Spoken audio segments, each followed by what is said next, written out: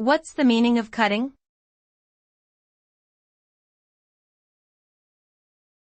Cutting.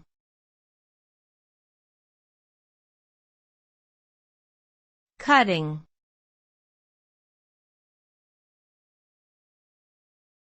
Cutting.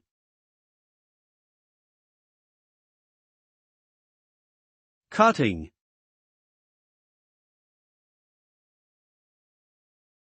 Cutting refers to the action of using a sharp tool or object to divide something into smaller pieces. This process typically involves applying force to a specific point, resulting in a separation of the original material. The result of cutting can vary depending on the material being cut and the tool used. In general, cutting allows for more precise shaping and sizing of materials, which is useful in a variety of industries such as construction, manufacturing, and cooking. It can also be used as a method of separation, as with cutting hair or trimming plants.